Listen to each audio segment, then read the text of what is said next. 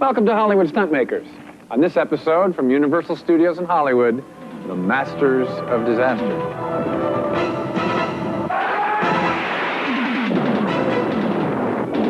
We'll learn how classic stunts in films like Earthquake and Poseidon Adventure were achieved. Then we'll find out how special effects can make unthinkable disasters a terrifying reality. And finally, we'll discover how director James Cameron created his vision of the ultimate disaster in Terminator 2. All this and more on Hollywood Stuntmakers.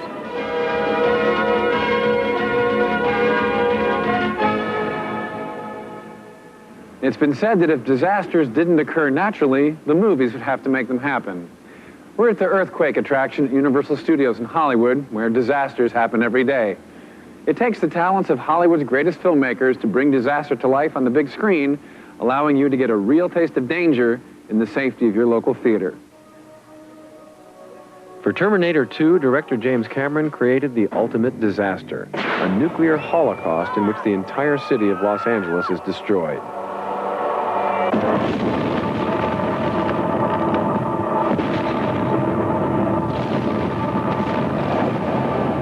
In order to create a nuclear disaster, Cameron called on the special effects artists at Forward Productions.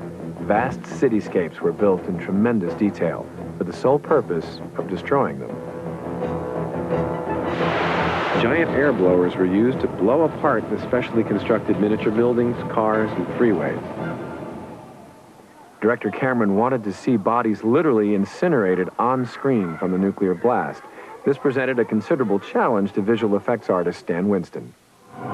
When we had to create ashen bodies that were going to be blown away by a nuclear holocaust, it was very unsettling. And it was the one time when you got a little uncomfortable because it wasn't pleasant to look at while you were shooting it. But it is the important aspect of the film. Winston's crew designed and created several duplicates of Linda Hamilton, all of which were destroyed in the creation of the haunting nuclear sequence. The final result is a chilling vision of nuclear apocalypse.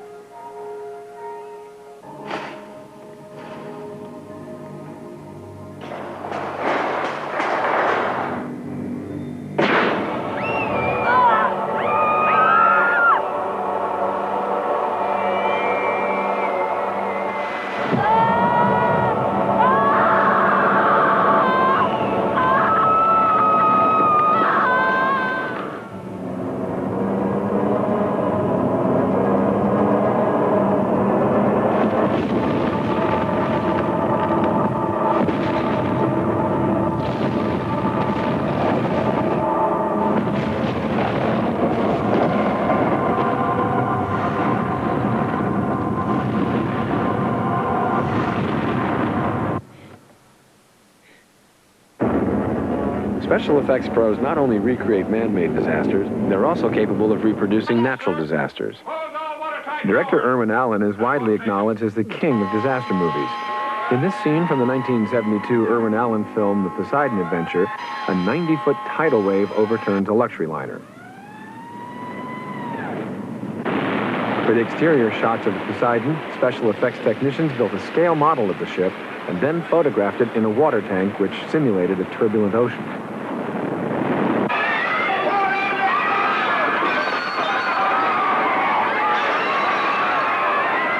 The Grand Salon set you see here was constructed so that separate sections could be tilted up to 30 degrees.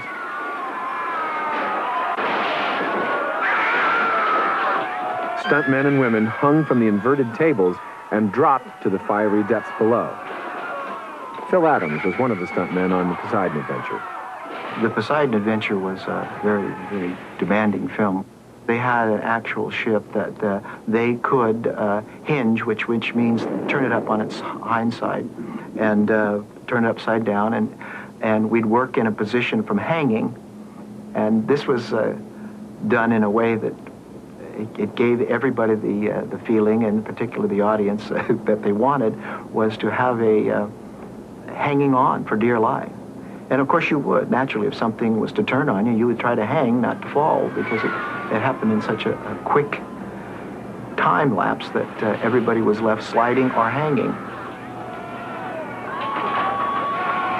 Working with the effects people on the Poseidon Adventure, we had tables and chairs and areas where bodies would be flung into.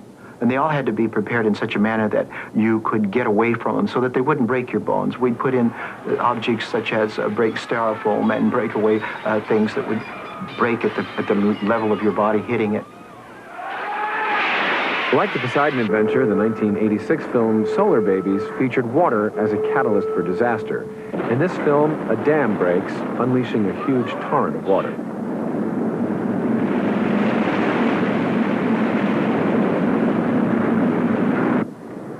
This one effect took weeks of preparation. A scale model of the dam was created, and water was actually pumped through the dam to make it break.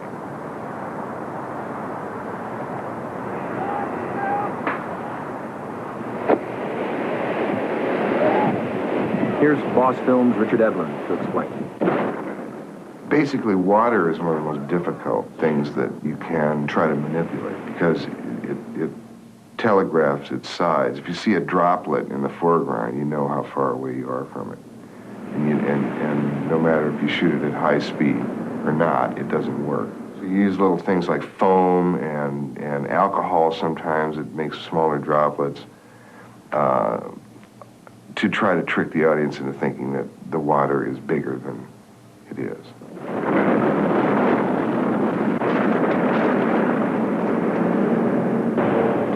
Disaster movies demand attention to detail in every aspect of production. The objective is to make the action look realistic while maintaining a high degree of safety. Visual effects artists not only create fictional disasters, they're also called on to recreate historic disasters as well. Director Mark Robson's 1974 film Earthquake features more stunts than any other disaster film. Over 140 stuntmen were used in Earthquake, a Hollywood record at the time. Scenes like this one required precise timing and meticulous preparation to ensure that no one was hurt. In order to create the illusion of a violent earthquake, technicians literally shook the sets as the cameras rolled. This made it difficult for both actors and stuntmen, who had to perform while maintaining their balance on a swaying set.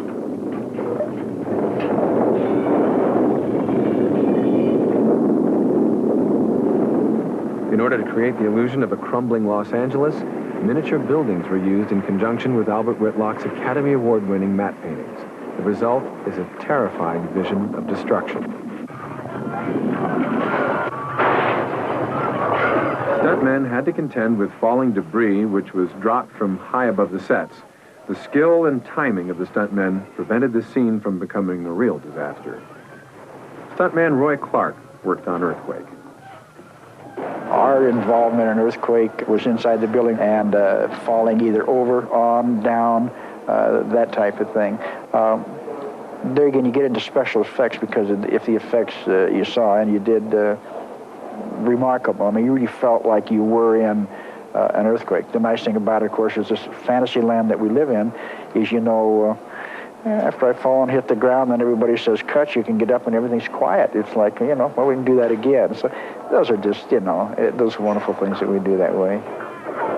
By designating to both the men and women who were involved in this, who was going to fall, who was going to go over, was all done by the stunt coordinator to the individual people, or who was going to be, quote, the catcher.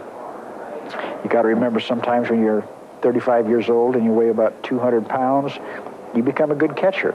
So they might put somebody up there that you'd be responsible for, knowing full well that you were kind of responsible in a way if you happen to be one of those people for 2 or 3 people coming down at you.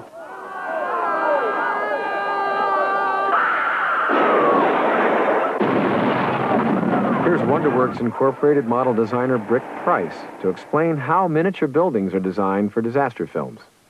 Buildings in disaster sequences are fun because there we have to build them so that they look absolutely realistic on the camera. They have to be able to fool a person. And then the moment that they blow up, of course, they have to look around, they have to come apart real. We have a technique that we call Wonder Vision, which is kind of the 90s version